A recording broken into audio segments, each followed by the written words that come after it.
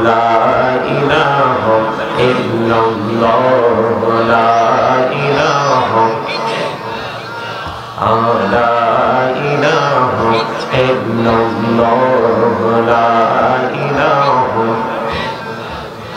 এরে কত সুন্দরী মদিনা কিমিনে যাব জানি না এরে কত সুন্দর মদিনা কিমিনে যাব জানি না এরে দয়া করো দয়াল আল্লাহ দয়া করো নসিব করো মদিনা লা ইলাহা ইল্লাল্লাহ লা ইলাহা হেরে নামাজে রোজা ছাইরো না মা বাবাকে ভুইল না হেরে নামাজে রোজা ছাইরো না মা বাবাকে ভুইল না হেরে জান্নাতবাসী হইতে চাইলে জান্নাতবাসী হইতে চাইলে প্রাণ ভরে করো সাধনা লা ইলাহা ইল্লাল্লাহ লা ইলাহা তুমি কহুরি বনহিলা সফিউল্লাহ তুমি কহুরি বনহিলা নজিউল্লাহ মোর নবীকে বানাইলা তুমি মোর নবীকে বানাইলা তুমি নূর মুহাম্মদ সাল্লাল্লাহ লা ইলাহা ইল্লাল্লাহ লা ইলাহা তুমি কহুরে বনহিলা কলিমুল্লাহ তুমি কহুরে বনহিলা রূহুল্লাহ মোর নবীকে বানাইলা তুমি মোর নবীকে বানাইলা তুমি নূর মুহাম্মদ সাল্লাল্লাহ লা ইলাহা ইল্লাল্লাহ লা ইলাহা লা ইলাহা ইল্লাল্লাহ মুহাম্মাদুর রাসূলুল্লাহ সাল্লাল্লাহু আলাইহি ওয়াসাল্লাম আল্লাহ আল্লাহ আল্লাহ আল্লাহ আল্লাহ আল্লাহ আল্লাহ আল্লাহ আল্লাহ আল্লাহ আল্লাহ আল্লাহ আল্লাহ আল্লাহ করে দয়া করিও না তোমার প্রেমের আলোই ভরে তোমার প্রেমের আলোই ভরে দাও গো মনের ঘর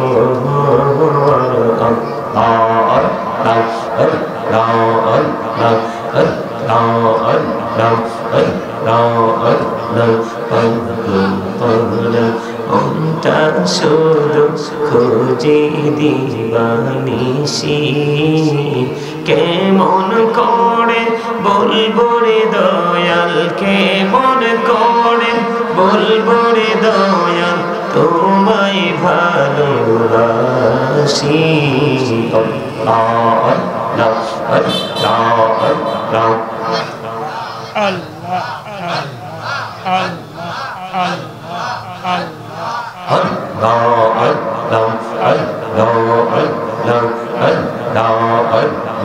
আল্লাহ আল্লাহ পৃথিবী বড়ই নিঠুর নেই তো ভালোবাসা আমাকে রে পাবো গো তোমায় এই তো মনে আশা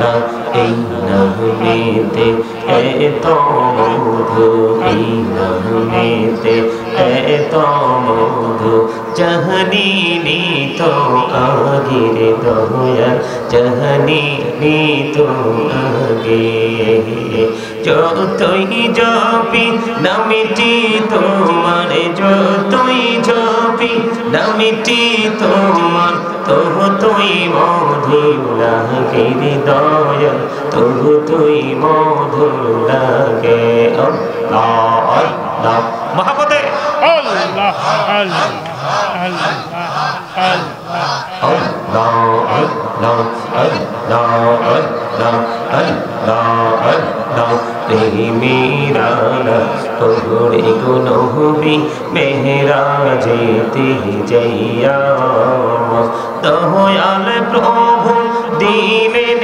মেরাজ দয়াল প্রভু দিলেন মেরাজ মুমিনের লাগিয়া আল্লাহ আল্লাহ আল্লাহ আল্লাহ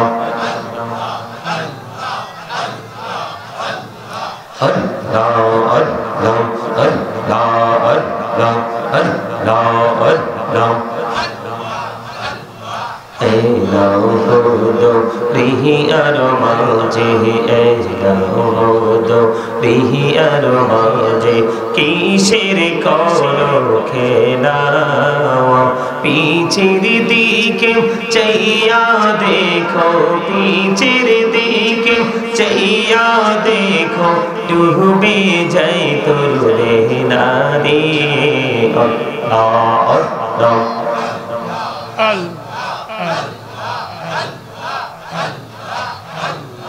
জীবন বলিয়া করো সির গৌনা জীবন বলিয়া করো সির গৌনা ক্ষমা করে দাও রে দয়াল ক্ষমা করে দাও এই রে গোনা গোলে ক্ষমা করিয়া গোনা গোলে ক্ষমা করিয়া কবুল করে নাও রে দয়াল কবুল করে নাও